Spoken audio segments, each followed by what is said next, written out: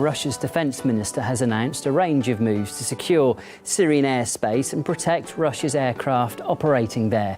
The new measures introduced at a briefing on Monday come a week after a Russian military plane was downed over Syria, an incident Moscow has blamed on Israel. We're sure that the implementation of these measures will cool some hot heads and will keep them from ill-judged moves that could threaten our servicemen. Otherwise, we'll be forced to react according to the situation at the time. This is going to change things, perhaps radically. But Moscow is clear. Its pilot safety is the overwhelming concern and overshadows everything else. Firstly, Russia will now supply Syria with S-300 air defense systems within 2 weeks. And that in and of itself is huge. These systems are an order of magnitude more powerful with far greater reach than anything Syria had before. This is going to make any Israeli bombing foray into Syria much more problematic. Let's not forget, Russia held off on doing this for years at Israel's request. I want to underline that in 2013, Russia responded to Israel's request to put on hold its supplies of the S-300 to Syria.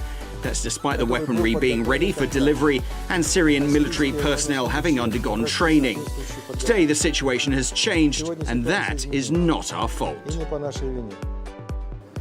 Secondly, Syrian air defense command centers will now be equipped with automated fire control systems, which means they'll be able to unify their entire country's air defense network, fire faster, more accurately, and above all else, these systems come with a friend or foe identification subsystem, hopefully preventing any more friendly fire incidents.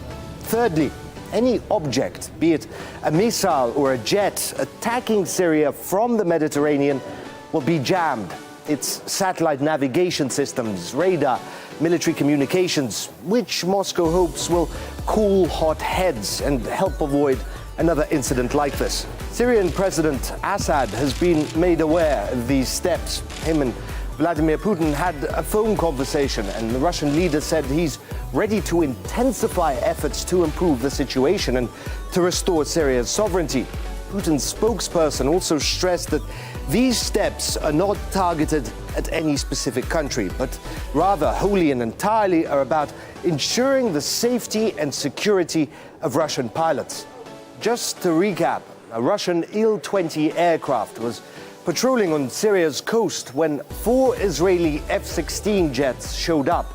They warned the Russians of what they were doing just 1 minute before they launched their airstrike on Syria. 1 minute.